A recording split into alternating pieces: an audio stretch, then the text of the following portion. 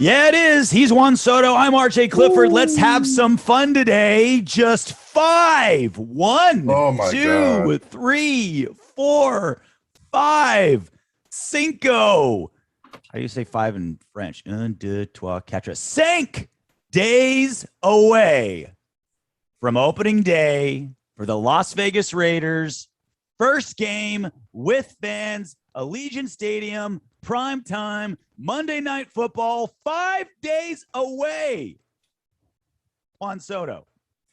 I want to thank Mark Davis and the executives at the Las Vegas Raiders and Allegiant Stadium for making it mandatory to have COVID vaccination because it tanked the price of tickets. So the more stipulations, the better, please. Like there should be like an IQ test. There should be an STD test. Well, you might be screwed there, Soto. Sorry, I crossed the line there. The more tests, the better. I thought you wanted me to go. Yeah.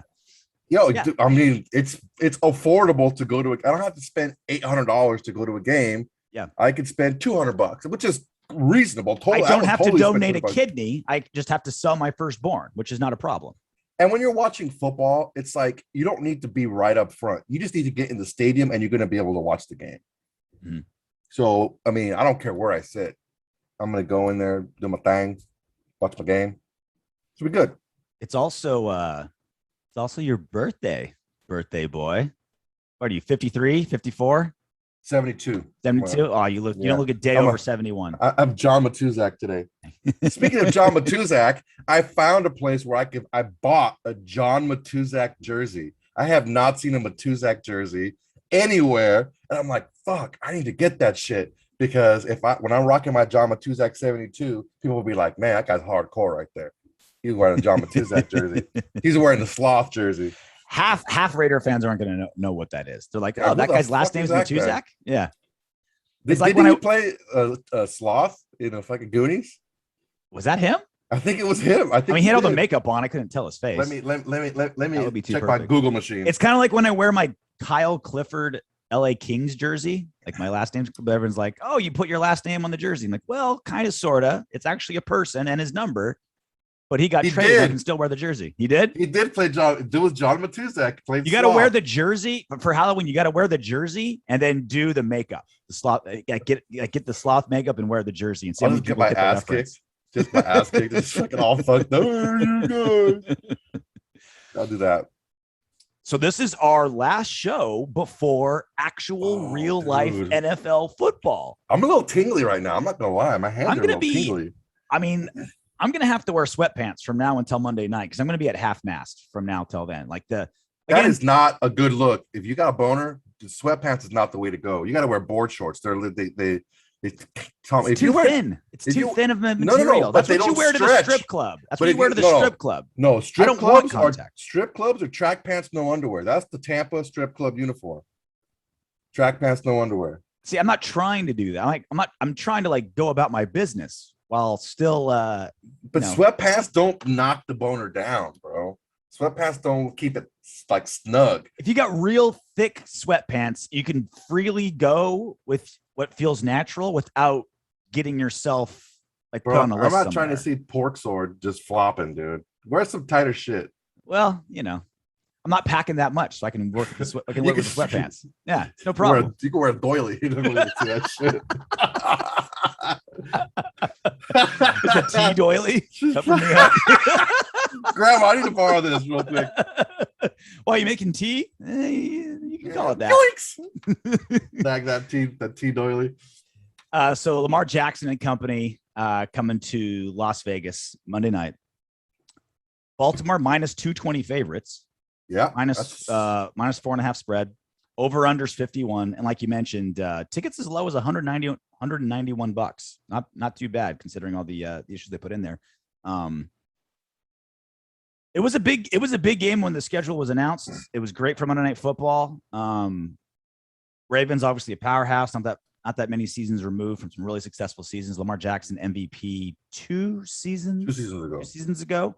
One of the best run games in football, consistently one of the best defenses in football. They're literally the opposite of the Raiders when it comes to defense. No matter what happens, their defense has been great the last 20 years. No matter what the Raiders do, the defense is atrocious for the last 20 years. But this is a really, really good test for our run defense. How are all of our, new defensive linemen? Because I feel like our defensive line was built to stop the run and stop the pass and rush the passer. Right out of the gate, it's like, okay, how can we do against a really mobile quarterback and one of the most consistent rushing games in football? Well, I don't have any issues with the line right now as far as the betting line. The rule of thumb, when you're at home, with betting wise, like, oh yeah, you're at home, you get 3 points basically for being at home. Yeah. So neutral side, you're looking at 7.5, a touchdown difference right now. I'm concerned about the Raiders just having a lull because they're jacked for the opening day and all that stuff.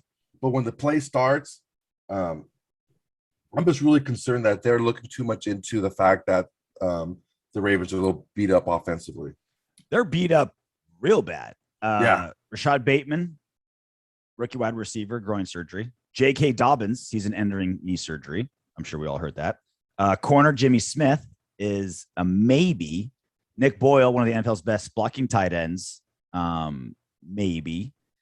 And then backup running back Justice Hill is reportedly out with an Achilles injury. So both your top 2 running backs, one of your better blocking tight ends. So it might be Lamar Jackson running his own. Like, it might be just 100% the Lamar Jackson show, either throwing the ball or running the ball. The issue is he is more than capable by himself of running around and passing and rushing and beating a good defense. Sure. Okay. He's more than capable of doing that. We've seen him do it before, where he didn't have all these weapons before they got J.K. Dobbins in his MVP year. He's more than capable of doing it. So that's a little bit nerve-wracking. It's always nerve-wracking going against this type of quarterback, him or Kyler Murray, the guys that can really run and that can throw the ball deep. So it's going to be a tough game, man. It's not going to be easy, but it's going to be a good test for us going in there to showing what we actually did and how the improvements show on the field defensively. Because you can make all the improvements you want. How does it show up on the field? That's what you really want. Offensively, I have a ton of questions, and we got none of them answered in the preseason because none of the starters played. But how can this offensive line mesh? What are they going to look like? Obviously, our 2 second-year receivers in Ruggs and Edwards, how much a part of the offense are they? What's the workload split between Josh Jacobs and Kenyon Drake? What does Derek Carr look like coming off of statistically the best season of his career? Like, his trajectory has been doing this the last 3 seasons. Did he plateau? Is he going to keep going back up? Really good test. Like, if Derek Carr plays anywhere near as well as he did like on the average last season, like, this is a really good sign against a really good defense like the Ravens. Like, this is also where John Gruden flourishes when there's no tape on him yet on a new offense, because he gets even when he's predictable, he's still effective. But even when you have no clue what he's going to do, right? You have no tape on this new offense, he just flourishes. Like, our offenses have been so great early in seasons. Early in the year, yeah. There's no tape on Gruden. And even though he exhibits a lot of patterns and he's still successful, over the top successful, we have no clue what's happening. Yeah, so he's really successful early in the years because he's predictable when he shows you his patterns. But the thing is, he changes his patterns every year. And that's what part of it going into, the office at 4 a.m. and being there at midnight still. That's what he does, is he switches up his tendencies and his patterns. But once you figure out his patterns, he doesn't change it the whole year. It's the same the entire year. So once you kind of get a hold of it towards the middle of the year, you kind of figure it out, and that's when it starts getting a little bit of trouble late in the year. But I don't give a shit. We'll worry about that when we get there. Yeah. We need to worry about this right now. There's a few things that I feel are in our favor. Okay, let's hear them. Number one, Gus Bradley's defense always changed a little bit wherever he went, depending on what was the strength, right? The strength in Seattle was his secondary.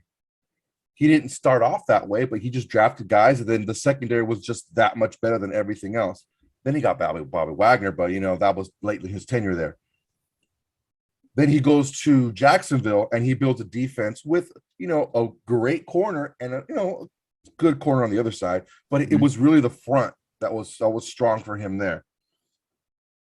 So what's going to be? It looks like the front seven could be really strong for this defense, and that just so happens to be what you need to have strong when you're going against a good run game and a running quarterback. Yeah, you need to be able to put pressure on him. You need to be able to make him uncomfortable, but it can't just be one person making him uncomfortable. Because if one guy gets out of his lane because he's almost at the quarterback, he shakes him and there's a big hole right there just waiting for him to run through. So everyone needs to be, we need to be sound. We need to wrap up. We need to not go for the big hit, just get them on the ground. So I feel like we have enough veteran guys who have made plays, not just veterans, but guys who have made plays in the league on our defense, especially in the linebacking core, to be able to really, I don't want to say the word neutralize, because there's really no neutralizing a player like Lamar Jackson, but it's baiting him into mistakes, because he will make a ton of mistakes. Let's not get that wrong here. Sure. If you're disciplined, you can force him into mistakes. And the big sign of the calling card of a Gus Bradley defense is that they're disciplined and they force you into mistakes. So that's one thing that I'm really positive about for this game. Yeah, I mean, on paper, this is exactly the type of game where Corey Littleton should flourish, right? On the edge, use his speed, covering, this very rich tight end in Mark Andrews. That's bad for us, bro. That's bad for us. I'm hoping he got the money and he's like, okay, I got the guaranteed money. I don't have to work as hard anymore. No, I'm talking about for Waller.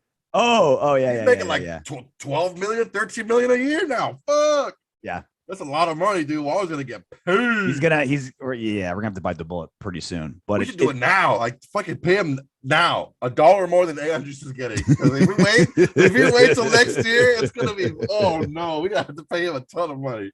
Dude, they're still gonna have to figure out Derek Carr's extension. They gotta figure out Darren Waller and all these 1-year players like Gerald McCoy. If he goes off, what's gonna happen? KJ Wright, if he goes off, what's gonna happen?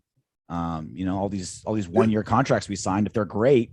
Yeah, it's a positive show today. I don't want to get into it, but this is why you cannot. Well, that is positive. Like, we're assuming all these 1-year guys are going to play really, really well this season, which is what you want. But then next season, what I'm saying is, this is why you cannot sustain success not hitting on your draft, because it's tough. You can't. No, you can't do it in the modern NFL. You cannot do it. If you do not draft well, you cannot sustain success. I know when you're really passionate, because you shake your computer when you talk, because you're moving your hands and your whole camera moves around. That's when I get fired up. Yeah, you can't have shitty drafts over and over again and have to go out into free agency, even if you're not paying them a lot of money. Like you said, even if they do well, you're going to eventually have to pay them. And you're paying for guys who a year, 2 years ago were on the scrap heap. Like, it's tough to sustain success. Like, I'm tongue tied right now. Sustain success when you don't have those young players in good contracts under control for a long period of time. What a controversial hot take you have there, Soto. Drafting bad isn't good for your team. No, that's pretty crazy. I don't know. I never thought about that before. The issue is you're gonna get some haters in the comment section. That's well, fuck them. What I'm saying is people have this diluted thought process that we can just patch shit together and we're gonna be good every year. It doesn't work that way.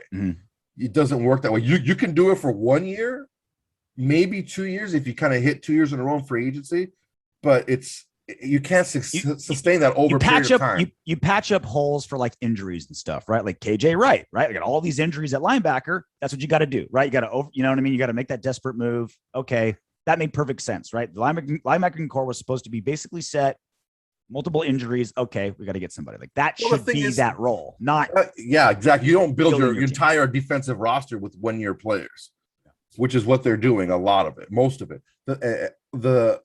The thing with the linebacking core is we weren't too excited about it before the injuries. Sure. So it wasn't like, Oh my God. It was a catastrophic.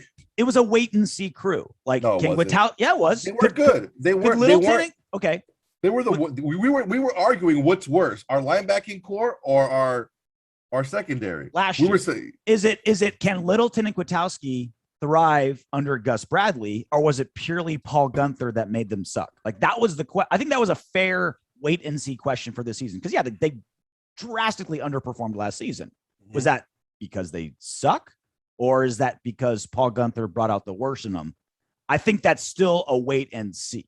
I think that's fair to say, like, okay, I'm not willing to shut the door on Littleton and Kwiatkowski quite yet. Well, I mean, not Littleton, but Kwiatkowski, I think he's going to be gone. I don't think Gus Bradley has much confidence in him at all. Yeah. You basically you signed KJ Wright to take over that Kwiatkowski role. Mm-hmm. He's going to be the strong side linebacker, and then on nickel, I read an interview, or I listened to an interview. He's going to be the middle linebacker in nickel. That's Kwiatkowski. That's who Kwiatkowski was. Yeah. If you bring in a person like Gus Bradley to fix your defense, you also have to trust his evaluation of talent. And if you're signing these linebackers, you're getting Perryman, you're getting right. When you have a Kwiatkowski there, you don't have that much confidence in him. Revenge game for Yannick Ngakoue? I mean, he left Baltimore pretty pissed. Like he was not chill with that. He was not chill there. He didn't like it at all. I can only imagine being a defensive end in the NFL, and in practice, you've got the red jersey on Lamar Jackson, and you're like, I'm beating my tackle every time. I'm getting there every time, but I can't touch him. He's right there, but I can't touch him. It's like one of those strip clubs where it's 6 feet away from the stripper and you can't touch him.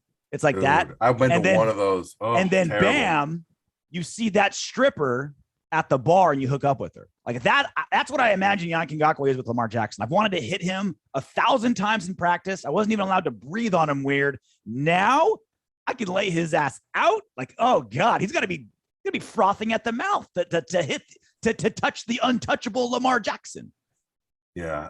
A friend of mine, a mutual friend of ours, we were driving back from Dallas when he graduated, became a doctor of chiropractic. And we stopped in a strip club in New Mexico. Awesome. It was not good. Not good. We walked in, I'm like, where the hose? What'd you see more of? Stab wounds or C-section scars? I don't think we saw a stripper there was no one working. We walked in and we're just like, the fuck? There are no broke meth heads Did you go at like 11 a.m. on a Tuesday? No, it was like a Friday night or something like that. It was in the evening. It was the worst strip club ever. We walked in, we're like, bro, can we get the fuck out of here, man? Let's just get out of here. But I agree with you. Ngakoue, there's a couple things kind of like filling up his ball tank. Mm-hmm. Number one, yeah, he didn't have a very successful tenure with the Ravens. I think that his tenure was successful. It was the breakup that was terrible. Like he was publicly fighting with the owner on Twitter, Tony Khan. Like he was like back and forth, like crapping on him. Which who does that to billionaires? Well, someone who's a millionaire doesn't give a shit about a billionaire. Yeah. So that didn't end well there. So there's that.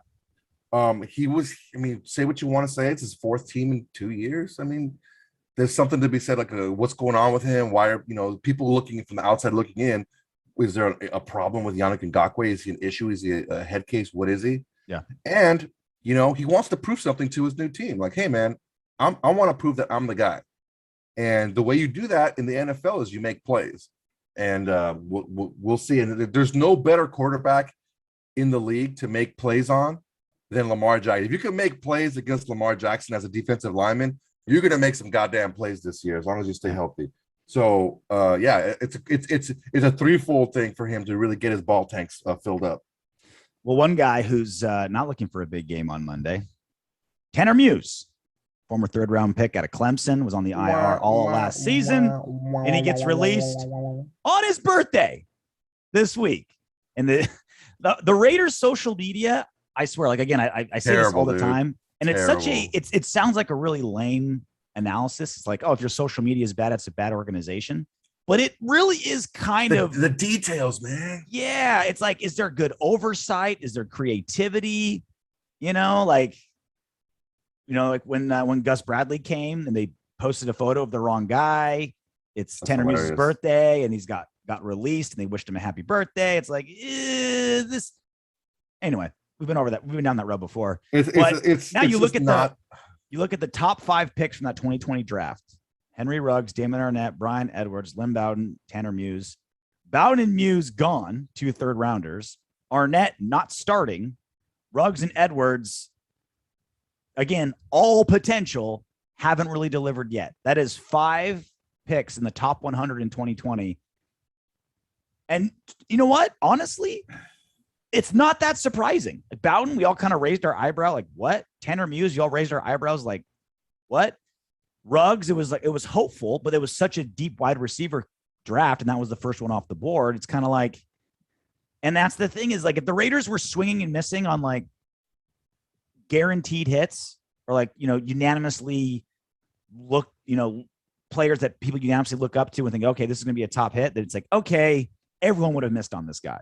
The Raiders are reaching and still missing. Like they're swinging that bat when the ball is way, way out of the, off the plate and completely striking out. Like if they were hitting home runs on these reaches, great, wonderful. Like you proved us all wrong, but they're missing on guys that just ooze miss. And that's what's frustrating. Yeah. It's disheartening, really. You trade away good assets that you have that are cornerstone players for your team who are top players in the league in their position, and you completely whiff on these guys. So guys, before you guys start killing me about how good you think Ruggs is going to be and how good you think Edwards is going to be, they haven't proven it on the field yet.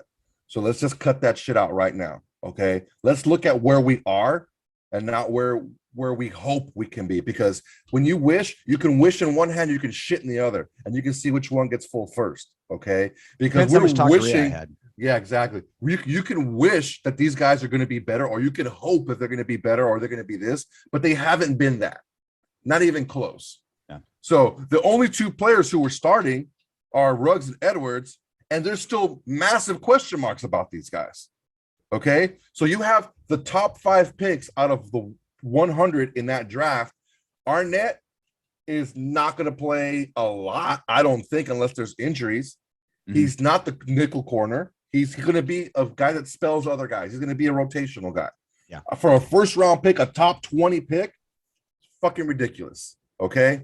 Ruggs is starting. Okay, fine. Edwards is starting. Okay, fine. What have they done yet? Let's just say they're going to be serviceable, legit starting NFL wide receivers. Okay, fine. Yeah. But then Bowden's not on the team. You got a 5th rounder for him or something like that. We traded him and like a 6th and got back a 5th, something like that. Oh, fuck. Okay. Yeah. And then Muse. Nothing. Everyone was scratching their heads at the Tanner. Dude, I don't know if we understand this. Tanner Muse was not a full-time starter on the Clemson defense at his natural position of safety. He was not a full-time starter. He was a rotational player in college. All right. Yeah. And we took him with the 100th pick, a 3rd round pick, to play a different position. So we need to really take a look at what we're actually doing to build this team, because I don't want a firework. I'll take it. Don't get me wrong. I'll take a deep run and a Super Bowl and all that. Like, great. We won a Super Bowl, but then I don't want to suck again for the next 20 years. If we won a Super Bowl this year, but we sucked the next 20 years after, I would probably take that trade. Dude, I can't. I look. I would take that trade. It's not that I want too that. Long, man. It's not been that too I long. want that. Well, and that's why I think on paper, again, I like the John Gruden idea of a 10-year coach who's like, okay, I don't have to just like go 10-7 this season to save my job. I want to build for the future. Now he's clearly making his errors, but the philosophy behind his contract, I support. Whether he can achieve it or not is another question, but I do like the philosophy, because when you sucked for 20 years, there's a lot of it's not just a head coaching problem. It's not just a quarterback problem. It's ownership, it's organization, it's front office. Like the things that have been around, like what has been consistent the last 20 years? The owner and his son, president, you're not going to turn around something that's been terrible for so long with one coach in two or 3 years. Now, again, not forgiving Gruden's very obvious errors, but I think to say, well, how come Gruden can completely turn around this franchise in 3 seasons? Because no one has.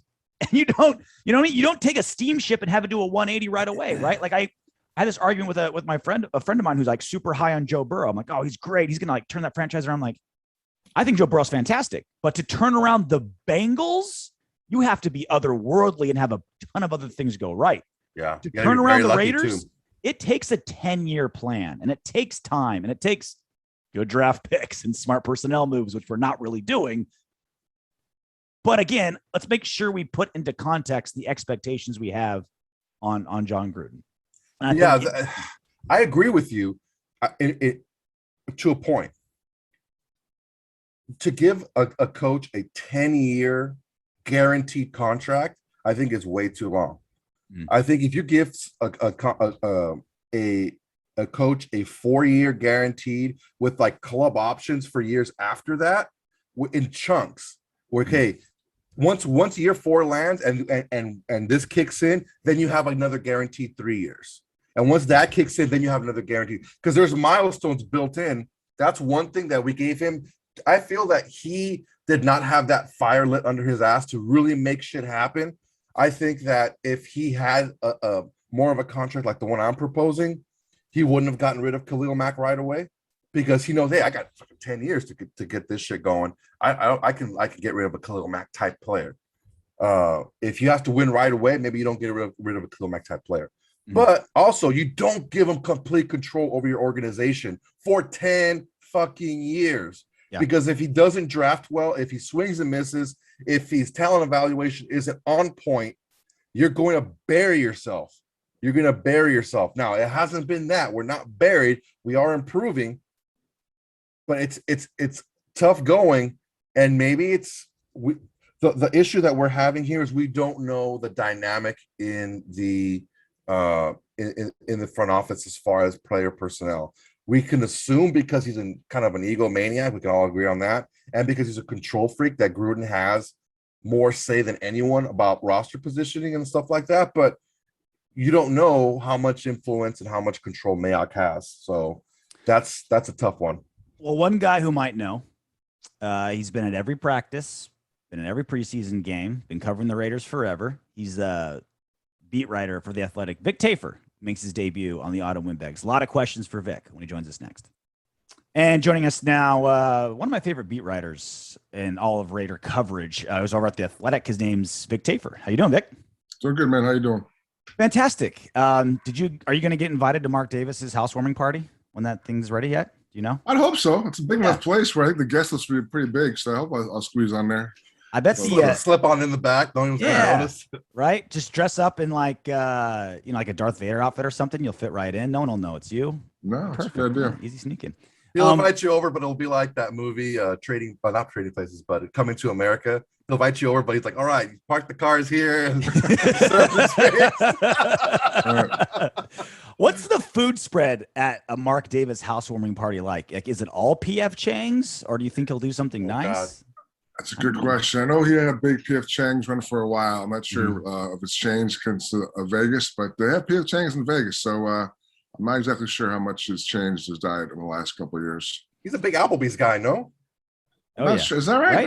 Isn't he just, it was Hooters for a while. Sure. Then it was P.F. Chang's. I'm not sure Applebee's, but maybe who doesn't love Applebee's? Hooters open 24 hours a day in Las Vegas, by the way. I did not know that. That's good to know. Well, this is why you come on the shows like this, Vic, to learn the really important stuff about Las Vegas. Deep dive. So how rough has it been covering the team during COVID? Like, instead of being like in the locker room, talking to guys, bumping elbows all the time, like I bet you never thought you'd wish you'd see NFL players in towels as much as you do right now. Yeah, for me, it's a killer. I mean, that was might be my favorite part of the job, is just being in the locker room and shooting stuff with the guys, and just like you get to know them pretty well, and kind of not only the star players, but like the back of the roster guys. And so now that access is all gone. Now it's strictly who they give you at the podiums after practice and after games. The whole dynamic has changed. So it's not good. They definitely, all teams cannot control the message a lot better. and it's hard to find out really what's going on sometimes. So it's been a rough adjustment. I'm still making it, but yeah, it's not been good for me. You got to like build some leaks, you know. You got to cultivate some scabs or something that are like break ranks and talk with you. Yeah, I'm not sure how that works because you can't get. How would you meet those guys? You would never meet them because the place is locked up. So luckily, I still know, like, you know, I want to say like what, not even half, probably like 1/3 of the team from a couple of years ago from the locker room's last open, but it has changed a lot. So like all the new guys, I don't know very well. Who do you miss the most, like in the locker room? Just talking to guys, like not so much like you could just have conversations about like some of my best talks have been like on slow days, if you're like, you know, or just talking to guys about whatever, kind of get to know what makes them tick, you know, family stuff, or just kind of because you know so much about football is just it's cut and dry. Like this guy was drafted here, this is supposed to be good, he's not supposed to be good. And it's kind of what you kind of learn the layers behind people. And that's kind of always been my favorite thing, is kind of to know what makes everybody tick and their backgrounds. Just kind of it's also kind of cool to see the personalities kind of mesh in the locker room. Every year, you know, faces change, so different leaders emerge, and you kind of get the sense of that dynamic in the locker room much more than you do. Like right now, it's pretty much these guys are the captains because, you know, we say so, and you're like, okay, but you don't really know what's happened. Why? Yeah. So that's kind of, but so yeah, just the whole interaction with guys in the locker room, just kind of just you learn more about the team, just, you know, just chatting with guys than you do from any kind of press conference. So heading into you know, week 1 coming up Monday night, let's say at this point a month or two ago, what's the biggest surprise for where the team is at right now, whether it's personnel, scheme, anything like that? Like what right now you thought, you know, a month ago, like, wow, I would never have thought that this would be the case right now?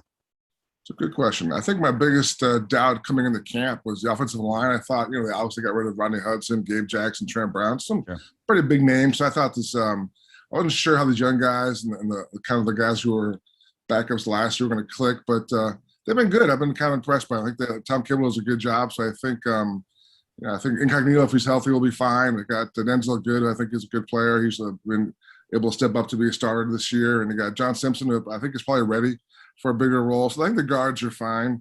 Colton Miller obviously is a good tackle. So Leatherwood, I think he'll have some hiccups, you know, just growing pains in the pass rush, but the run game stuff, she should be really stout in terms of he's a very powerful guy. So I think the run game should be fine. So that's not as big a concern as I thought it was going to be going into the opener. Being at, you know, training camp and the practices and those joint practices with the Rams, what was your biggest takeaway? Because, you know, fans can't be there. Like we don't get to see any of that. Like what did you see there that you think was like your biggest takeaway leading into, you know, week 1? Just that they were obviously they were really fired up. I think the Rams, I'm not sure if the Rams were not as fired up, but definitely it seemed like the emotional edge. And Gruden definitely wanted to win the practices, and that kind of the players sensed that. So definitely there was a very fiery group. And you obviously see some confidence. Definitely they have confidence in the defense. Now last year there was no such thing, but I think they have confidence in this D-line. This rotation of like 8-9 guys is going to be pretty strong. They have confidence in Mayock, and they have confidence in some of the younger guys taking a step up like Abram and Mullen. So I think there's definitely some confidence in defense that you didn't see last year. I think they came across in the practice. Corey Littleton was chirping a lot, which is probably both because it was his former team, but also I think he's more comfortable now under Gus Bradley than it was last year. Last year, I think he was more of he was having a hard time like reading and reacting, where this year he's just I think ideally he's going to fly around and make without thinking about two things too much. So he was a really good player 2 years ago, and last year he wasn't. So that'll be a big improvement for the Raiders if he can go back to the guy he was 2 years ago. Should John Gruden win an Academy Award for pretending to be mad at all the fights at the Rams joint practice? Because, you know, he's got a screw loose. He had to have been pumped, making bets with other coaches. You know what, though? He was mad because I'm telling you why. So the first day, obviously the guys were like all these near fights and, you know, players getting in those faces. And he was definitely yelling the whole time. He was into it. He was definitely – the whole silent was really charged up. And they got what they wanted out of that day. Like, you know what? We came, we showed, we competed. But – yeah, that was enough for him. The next day, he really wanted to calm down. He had like a script of plays he wanted to go over. Like for him, these 2 days were kind of like the preseason. Like he didn't play anybody in the season games. So these 2 days were like kind of his dry run, see what plays work, see the personnel, make things, play with some things in terms of the scheme. So after he had told the guys to calm down, and I guess, you know, a lot of times once you guys are already turned on, you can't turn it off. It's hard to get the emotion back down sometimes. And yeah. So. But he had like a whole script, like another hour, I don't think it's maybe 40 minutes of plays he wanted to go over in practice. So they have to cancel practice and not run those plays is why I think he was upset. It had to be the offensive thing that pissed him off. I didn't get all my plays in. Damn it. Yeah, exactly. I mean, he and McVay talked about like that. They took all the coaching staff were working together about what they wanted to accomplish. So that both teams had a script about things they wanted to get done and things they wanted to see. And so, when you only have 2 days that's your whole preseason, and you lose 40 minutes of it, then I think that's why he's upset. Well, the Rams too don't play anybody in the preseason either. Right. They haven't for a few years now. So yeah, right. It would have been. I can see where it would be difficult for both head coaches. Right. I think the Rams were never like that, mostly charge up. I think it's just different. Like when you come out to your own practice and you're just like, the team's coming in, that's great. But I think the Raiders are like, you take a bus over, the guys are, pads, or you kind of get that John Zilling attitude. I think the guys are definitely more fiery coming into that practice than the Rams were. There's different mentality. The Rams are obviously a more established team. They have more success. Not a lot to prove. They're kind of like, I think that, preseason, no one gets hurt. Let's kind of go through this, make sure we get our checks and balances. And whereas the Raiders are trying to establish an identity, trying to get a little, last year was disappointing, especially from a defensive perspective. So they want to show they have some juice this year. You clearly still have some insight what's going on in that locker room, because your Nelson Agholor story from earlier in the year about he blew up in the locker room after a Dolphins game, I believe, right? Yeah, that was an awful game with the face mask. An atrocious game, and he called out the team for not having leadership and all these things. Really insightful piece you wrote. What was the blowback from that article? Because you saw a couple players kind of chime in like, well, that's not exactly how it happened, but they weren't very specific. Like, what was the blowback like from that story? It's funny because the first reaction, like I remember I talked to, I think Max Crosby talked to him 3 days after that story came out, and he was like, "Oh, that was BS, man. That story was BS." I'm like, "Really?" He's like, "Well, the fact they told you, the fact you heard about it was BS. Like the fact that someone leaked it was BS." So I just think that's the natural reaction. That's funny. I think, to me, it wasn't that negative a story. To me, it shows that obviously Nelly had established himself as a leader, was comfortable enough. He wasn't not a very loud guy in general, but to come out and say that kind of stuff and kind of get the team to realize that this wasn't acceptable. He has won a ring before. He knows what it takes.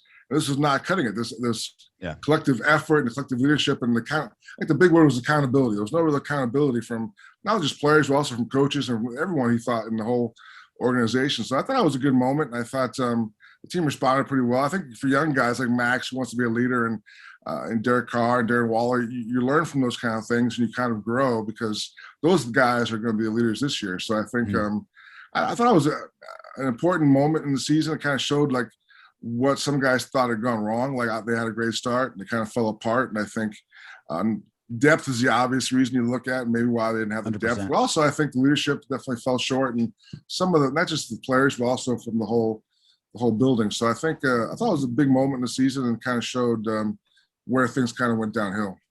Yeah, there's nothing Nelson Agholor could have said in that locker room that I didn't scream into my TV 10 times as loud and 10 times worse. I mean, if you can't get fired up and pissed off after the ending of that game, like, where's your pulse as a football team? Like, I'm with you. Like, it wasn't this like, oh God, this disgruntled team and they're falling apart. It's like, hell yeah, they're pissed. Like, did you not see how that game ended? I mean, have you seen any sign that the back-to-back failures and falling apart late in seasons that we've had the last 2 seasons, depth, like you mentioned, of course, a big issue, but the leadership part, have you seen any signs that is starting? They've gotten the message that back-to-back seasons fell apart. We need to fix something. Like, have you seen anything that points towards them learning their lesson? Yeah, I think so. I think that was, they replaced the defense coordinator. Gus Bradley came in. Gus has been kind of a breath of fresh air. And I think I mentioned Max. Max definitely has become a leader this year. I think also Ngakoue. Those two have really connected in a kind of a special way. They're kind of pushing each other and pushing the whole defense. Every day of practice, they're kind of setting that mentality and kind of that sense of urgency that this has got to be done now and this is the way you do it. And I think the leadership on defense definitely gotten a lot better. I think that was probably, you look at what Nelly was talking about, the offense was fine last year. The offense, wasn't the problem last year. The defense was what cost them those 3 games on the stretch and the Miami breakdown. So I think the defense accountability especially need to be better. And I think there's signs this year that it will be. What do you make? My big issue with the leadership, and hopefully, like you're saying, it's changing, is I read an article that said Max Crosby was saying, oh, well, this happened. We had a breakdown last year, and it's not going to happen again this year. Now, wait a second. It happened your rookie year, And then it happened again your second. So you didn't learn from it your rookie year and going into the second year. You're going to learn from it now because it happened 2 years in a row. But you're saying that it's a lot better leadership this year. Yeah, I think so. And also, I think that's what you got to say. Every training camp in the NFL, every team is like, "This is the year we got to figure it out." We have the person every year. You have to believe that. And I think with the Raiders this year, I think it all comes back to Gus. I think Gus Bradley, not just in terms of the scheme, I mentioned a simpler scheme, not as much thinking, hopefully for players, but also just a personality difference. I mean, Paul Guenther was kind of a really kind of a hard edge, kind of, I don't want to say grouchy, but definitely like gruff. He was gruffly like a guy, 24/7 football, kind of no smiles. Where Gus is like the most positive person I've maybe ever met in my life. Like Gus is like cannot get him in a bad mood. The players, Tony Robbins without the teeth. It's unbelievable. Like, I mean, Derek Carr is Derek Carr is Mr. Sunshine. I was giving Derek a hard time. Like, you are no longer the most positive person on this team. It's not even close. I said, yeah, you're right. It's not close. I mean, Gus is on another level. So I think that's good for them. I think every year you want to say it's a clean slate, fresh start. And this year it really is with the defense again, a new guy, a new defense, a new kind of attitude, kind of just like, let's keep it loose. There's that accountability. I mean, Gus will yell at you if things go wrong, but he'll definitely turn around and smile at you and say, hey, this is why I did that. And this is what we're doing. So it's all very positive, I think. So it's a nice for them at this point where they're at, for all the young guys. It's a good sequence. Well, that's what I said last season when, they fired Paul Guenther in this whole offseason when they were searching for their next defensive coordinators. Like, that has to be the best possible job in football because you're taking over the worst defense in football. Like, you only have one place to go and that's up. Like, you can't possibly be worse as a team. They get Gus Bradley, who's so respected. What's a realistic expectation for this defense's performance this upcoming season? Because it's been a bad defense for 20 years. Like, this isn't just a Paul Guenther problem. It's been terrible for decades. What do you think is a realistic expectation for the defense to perform this season? People actually forgot. It got worse when Guenther got let go. Under Marinelli, it actually got worse last year. So it wasn't totally Guenther's fault. I think there's definitely some personnel problems, and they spent a lot more money this offseason. They got some guys, and Ngakoue being the big one. So I think that the biggest sign, the telltale sign for me, will be the sacks and the pass rush. So they should have a good rotation, and Max and Ngakoue are definitely maybe the best combination of pass rushers they've had in a long time. Plus the guys backing him up. Carl Nassib looks good this preseason. He looks like he's the guy who had 6-7 sacks a year in the past. So he definitely looks like he'll be a good rotational guy in terms of the pass rush. And even Klee can get to the quarterback in a backup role. And they got Malcolm Kuntz, kind of the young guy, like the fresh legs. So there's definitely enough talent. Gerald McCoy looked really good. Gerald McCoy looks good on the inside. So they got some guys who can get some pressure. So to me, that has to be the key. I mean, I love Mayock, the rookie safety, but I think the pass rush to me is key because I'm not sold on the run defense. So I think the run defense to me is still a question mark. So the pass rush, so they can establish themselves, create pressure, and make things easier for the rest of the defense, then you got a shot. Are you as surprised as me that the Carl Nassib coming out of the closet story just completely died in away. 18 hours? Like, I thought it would be like the biggest story of the offseason. It would be like all over every outlet, non-sports media would cover it. It'd be this huge story. It was like didn't even make a 24-hour news cycle and just died. I was like, that's kind of shocking. I think that's by design. I think because Carl's not a talker. So I think Carl made the announcement on an Instagram post and then he didn't say anything after that. And then finally talked to you in the press conference, I want to say maybe 3 weeks ago. That was the one time he's talked to anybody. Like, I'm sure when this whole, like you said, when it came out, people were excited. Like, PR firm was reaching out to people. They wanted to get him on Oprah, Good Morning America, all these big plans. Sure. But Carl's just not a talker. He's just like, this is what I'm doing. I had the post. That's pretty much all I wanted to say then. And then the 5 minutes or 10 minutes talked to us that one day. He was good. He elaborated on his background when he went through the struggles, why he thought it was important. But that's pretty much it. I think he's pretty much done talking about it. He wants to focus on football, which I'm sure Gruden loves. So I think you're right. There was an expectation to be a much bigger deal. Like, I'm sure Oprah and, like I mentioned, all the talk shows were dying to talk to an NFL guy who came out, but it's just not his agenda. He just doesn't. He's always been a kind of a quiet, quirky guy, and that's not going to change because he came out of the closet. So I just think I think he's happy with the way it's turned out. Yeah, and obviously, whoever wants to, come out, it's however they want to do it is up to them. Clearly, it's their journey, but it's just as a fan of the Raiders, I couldn't think of a better way for him to do it. Right? He waited until OTAs were over. There's a lull before training camp. Quick post. Don't want to be a distraction. And just as a good guy, like he made the whole focus about this organization that helps, kids. I had no idea that gay teenagers are 4 times more likely to kill themselves. I know that now because Carl Nassib made that the focus and not himself. If I was a gay player in the NFL and I came out, I'd have a book deal ready. I'd have a movie ready. Oh yeah, you sell out. I'd be on the whole street. Like I'd be all me. I'm going to cash in on this. Carl Nassib did the opposite. He's like, let me help people who need it. Let me take the focus away from me onto the team, and let's just play football. It's just like giant hat off to him as a Raider fan, the way he handled it. Yeah, he's supposed to be one of the guys. I think he's different. He said why he did what he did. But if he does talk again, whenever it is, at some point, I'm sure it'll be about the project, not about himself. It'll be about these kids and what they need, in terms of some help. So, I like you said, it's not going to be a big story the rest of the year unless he decides to change his path, which I don't think he will. How do you think Mike Mayock is enjoying or not enjoying his job? Because it just, again, that dynamic, like you said, you guys can't be in the locker room like you used to. You don't quite have your finger on the pulse as much as you would in a non-COVID season, but it just, I just get this feeling from Mayock, like this isn't what he signed up for. Gruden is the czar of football over there with the Raiders. I don't know. How do you think Mike Mayock's feeling about his job these days? I think he's fine. I think Mike knew exactly what he was getting into. I think here's a guy who's at the top of his field, like draft guru, NFL Network. Everybody referred to him and kind of like asked him questions. He's kind of like the main guy for. I think he surpassed Kuiper, I think, in terms of popularity. I think at one point. So he always wanted to be a general manager. He wanted to do something different, and this was his one chance. It wasn't like a lot of teams were looking for that kind of guy to be a general manager. I think it was a very niche opening. So I think he knew exactly what it was that John had. Final say in personnel. He and John knew each other pretty well. The personalities are decent match. They're both outgoing kind of football guys who live and die with the film.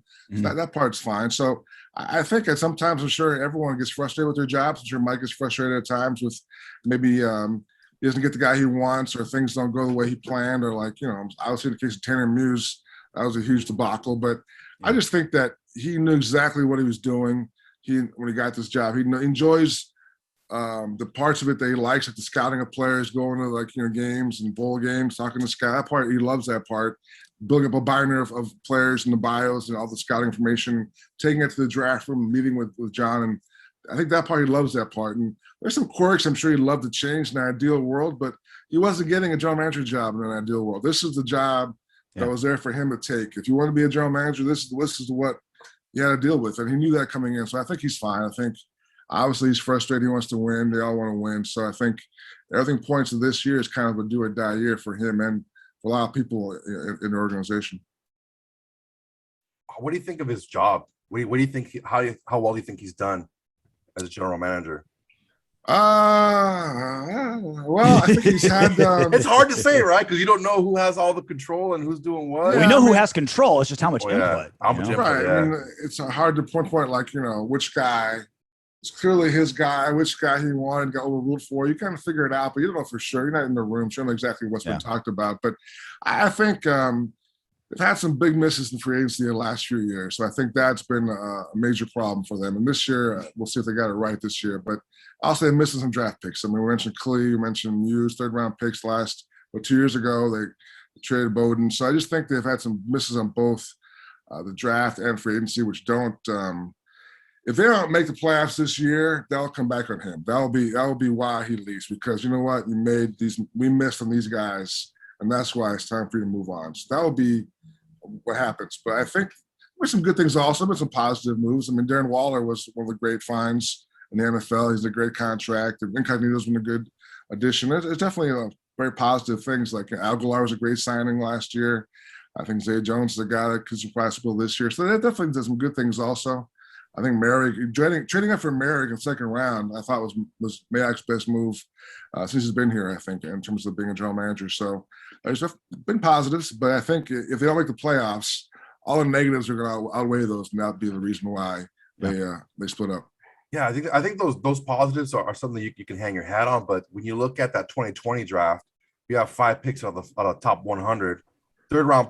Top 3 round picks. You want to get starters out of there. And you got 2 guys who are still unproven as starters, and 3 guys, 2 that are not on the roster, and another guy who might not play very much. that you got and Arnett. And we all say That's things. tough.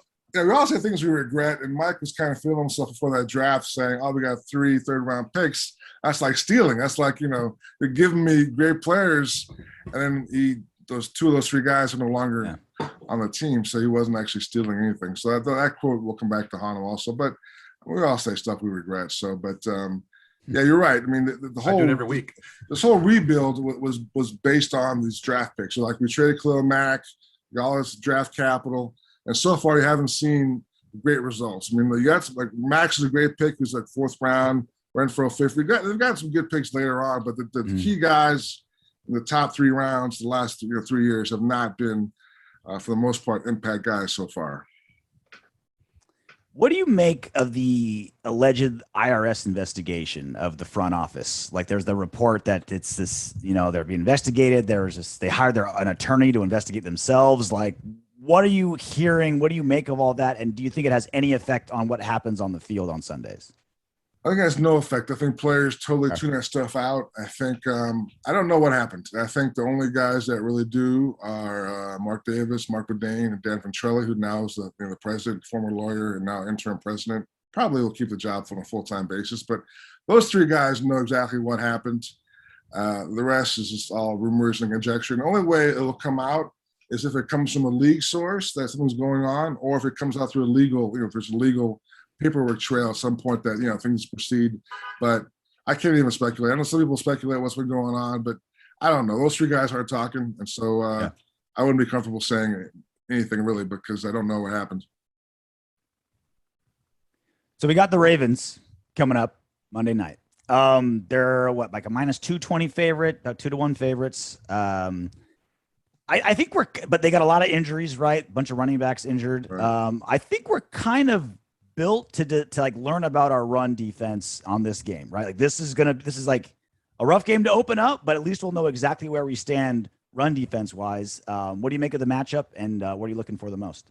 Yeah, I agree. I think to me, my biggest question mark has been the run defense. So we'll see exactly just how big an issue that is. The Ravens are very good defensively, so that also will be a good test for guys like, these young receivers, Ruggs and Edwards, what they can step up and do this year. I think the O-line will be challenged. So it'll be a great test to see exactly where they're at. And I think it's a little tough because these guys played in the preseason. That was by design. John didn't want to risk injuries, but it's a little rough to be sitting, just kind of to go from 2 workouts with the Rams and not really getting in games to going against the Ravens on national. They're a very physical team, so it'll be a great test. I mean, the crowd should be something on a different level in terms of the first game in Vegas with fans. So it should be. I'm looking forward to it. It should be fun. What kind of home field advantage do you think we'll have? Because part of me is like, all right, all these casinos are like buying all these tickets for high rollers. People are going to come out of town. Like, when you see, your away schedule of the other 31 teams, when are they going to be in Vegas? Who doesn't want to go to Vegas, right? So I'm thinking, oh man, maybe it's going to be a bunch of non-Raider fans or out-of-towners in there. But then I look at the Golden Knights, who, like, all my hockey buddies are telling me they have maybe the best home ice advantage in all of hockey, because Vegas is so raw for them. Like, obviously we haven't had fans in the stadium yet for a Raiders game. But like, what's your feel? Like, what kind of home field advantage do you think the Raiders will have? Yeah, that's a good question. I think the Golden Knights, I mean, one of the key things was they won. They won right away. Yeah. So I think people who came in. Spoiled Vegas fans. You go to the game, and if you're a Raiders fan, obviously you're in. But otherwise, you're going for the atmosphere, you're going for the vibe, you're going for the party, kind of like it. And you want to be part of something that's kind of special. So I think if you go to a game and say the Knights are winning, these guys are really good, you kind of you join the rest of the crowd and cheer. I think you make fans. I think the Raiders will be the same way. The Raiders, they play well Monday night. They get off to a good start. I think people who were on the fence, who were kind of just going to see the event, will cheer for the Raiders. I think the energy will build. So I think it could be a very special place. But there's also, like you said, there's also a chance that all these casino seats, and we got fans from other teams coming in, and it's definitely a more, not sedate's the wrong word, but a different vibe than Raiders games in the past. So I think winning and being competitive will be a big part of that. I think they're going to be super loud because, look, let's just be real. These luxury suites don't make any noise anyway. Those are the ones making noise. The noise is all on the top rung. That's where the noise is coming from. So well, normally where the cheap seats are, but there's no cheap seats at Allegiant Stadium anymore. So they're getting cheaper. They're getting cheaper. They're getting cheaper, right? Right. Thank you, COVID, and that the immunization rule was great for driving those ticket prices down. I don't have to give away my kidney now to buy some tickets. Appreciate it. There you go. His name is Vic Tafur. Check out his work at theathletic.com and follow him on Twitter at Vic Tafur. So it was great. Thanks, Vic. Thanks, All Vic. right, guys. Thanks a lot, man. All right. Thank you, Vic. Enjoy Las Vegas. Enjoy Pittsburgh. It's on the road now. A beat writer for NFL. I think that's like the best beat writer job in sports. Like baseball, you're all right. It's like, 80 something away games. You have so many games you have to cover. NFL, it's generally like good markets, right? LA, Las Vegas, New York, in Chicago, Seattle, like Into Pittsburgh? cool cities. Pittsburgh, at least Pittsburgh is when the weather's still good, right? Yeah. That's kind of nice. I've been to Pittsburgh All twice. the Florida teams, like it's Atlanta, like it's a good run. You know what I mean? Like it's not a bad little run. The Cleveland and Kansas City in December is going to suck for all the riders. But even then, Kansas City's got a fun downtown. The weather will be shit and it's small, but as Barbecue far as is just delicious. barbecue is amazing. But if you're just spending like 2 days in Kansas City, like you'll have a good time. 4 days, you run out of stuff to do. But So Philly has the cheesesteak, right? mm-hmm. In Pittsburgh, they do the roast beef with the French fries in the sandwich and gravy on top. That's their thing there, and that's pretty. I do got to incorporate more gravy into my life. I feel like what's like people the way they eat that shit because they have a lot of countertop eating places. Not a lot of they do, but they have a lot of countertop places. Yeah. You got to kind of get back with your legs out wide, and get a good base, mm-hmm. and you got to eat like over your plate because you got to get that shit all over you. But it's so freaking good. It's almost like you got to eat it over a pile of fries. So you get like double gravy. Dude, the pile of fries are already in the sandwich. It's so good. So nothing, I don't think there's anything that unites Raider fandom more than announcing that the world hates us. Right? Everyone's shitting on us at the same time. Right? Like Raider fans, like we kind of like to be martyrs. And so we've got a little bit of evidence proving that that's correct. The Action Network headquarters released a study, not a study, but kind of like a survey. Using Linkfluence AN, they reviewed social media listening data to analyze negative sentiment of teams from the NFL, NBA, NHL, MLB, and MLS leagues between July 2020 and July 2021. So it's like the amount of the negative assessment and discussion of a team, right? Some really big surprises in there. Dallas Stars, Arizona Coyotes, 76ers, Bears. I don't know if Bears get like extra hate. A lot of hockey. Maybe their quarterback controversy. They were shitting on the quarterback shit. But number one by a wide over margin, 5%. Las Vegas Raiders. Ooh, the team with the most negative sentiment online. And this is US and Canada. Good. I like it. I say the same thing about Raider hate that I do about, people underestimating Darren Waller, underestimating Derek Carr, underestimating whatever. It's like, good. Underestimate us. One, hopefully we have to just pay the guys a little less because if people think they suck, that's always good. And two, we'll surprise you. Fuck them. Like, great. Think less of us. Look down on us. And obviously, like, part of it is deserved, right? Like, the Raiders are 0-1 in the playoffs in 20 years. Like, okay, like, there's some facts there. Haven't played great. And I think that's part of the discussion, right? Is Raiders haven't done this, Raiders haven't done that. Well, also they're questionable, drafting moves and they're questionable free agent signings. Like they don't lack for content for you to talk shit on. Yeah. They're an easy target. All a big shit burger to eat though. And also all the trash talk happens online because you can't trash talk to a Raider to their face because they'll stab you. You get slashed the broken bottle. Yeah. You got to be like the dude, the meme where the guy's got the UFC gloves and he's typing on the laptop. Like he's like the keyboard warrior. It's like, yeah, I'm so tough on my laptop. That's what you got to do.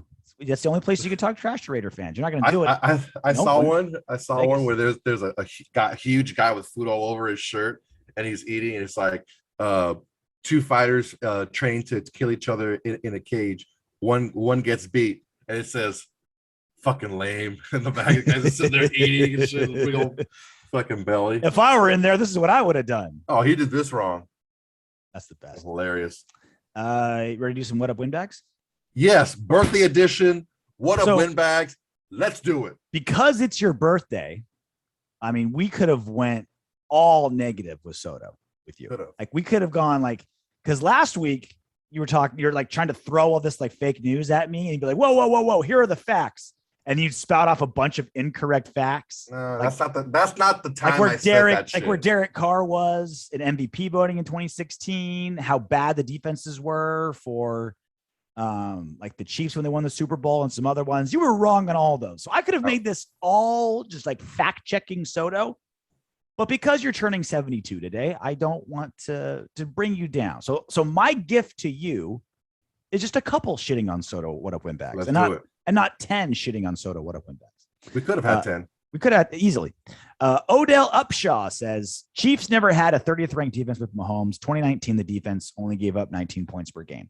So I get what you were saying because there was a like yardage per game. Like the Chiefs, if you could find specific stats that made that defense look terrible. But to me, the biggest and most important one is the points per game, and it was only 19. So it was a team that like gave up a lot of yardage, but didn't give up a lot of points where it mattered, kind of a bend, don't break defense. So that's it. That's my one time stomping on your dick for being wrong factually and spouting fake news and calling me fake news. Players fuck up. Teams fuck up. It happens. Look, in my defense, I was huffing a lot of glue before the game, the show last week. Well, as you should. I was very excited for Sanjeev. You switched from smoking bath salts to snorting glue, which I'm not trying to eat anybody's face anymore. That's in your 30s. Yeah, that's so 2013. Yeah, we don't do that anymore. No, I'm hitting a bum's face. Epic X. Last time I checked, DC literally never checked the ball down until Gruden came to town and dismantled our entire roster. So last time I checked, you were literally wrong. But go ahead. No. What's Epic X wrong about? He to say that he never checked down until they dismantled the roster. That's just not true. This is not true. I think never check down is the last year before Gruden came on, you still had Cooper, you still had Crabtree, you had Cook, who still is a good tight end in the league, and his stats got a lot worse from the year before in 16. So, and it's not just his overall stats, but his ADOT, his passes beyond 20 yards, and his checkdowns where he was that's like where he really became the check down guy is in that year for whatever reason. Who knows? So I don't want to say that Gruden is the entire issue here, because the problem that I have when it comes to the whole Gruden Carr dynamic is when it's a positive, everyone wants to give all the credit to Carr, but when it's a negative, everyone wants to put the blame on Gruden. Oh, well, they have the other way, right? Or the other way. Like there's two fan bases. No, it's either one or both. It's both. Yeah, you have to. There's a ton of people that go the other way, give all the credit to Gruden and none of it to Carr too. Like there's two. It's all or nothing with so much of the fan base. Yeah, it's more dynamic than that. Yeah, the leverage of the levels are the same. Are you going to be pissed if Carr does a lot more checking down this season, but he's going to Kenyon Drake and they're like really successful checkdowns because he goes? I mean, I wouldn't be upset. Still shit on him though for checking down. A successful check down is a win, right? A success.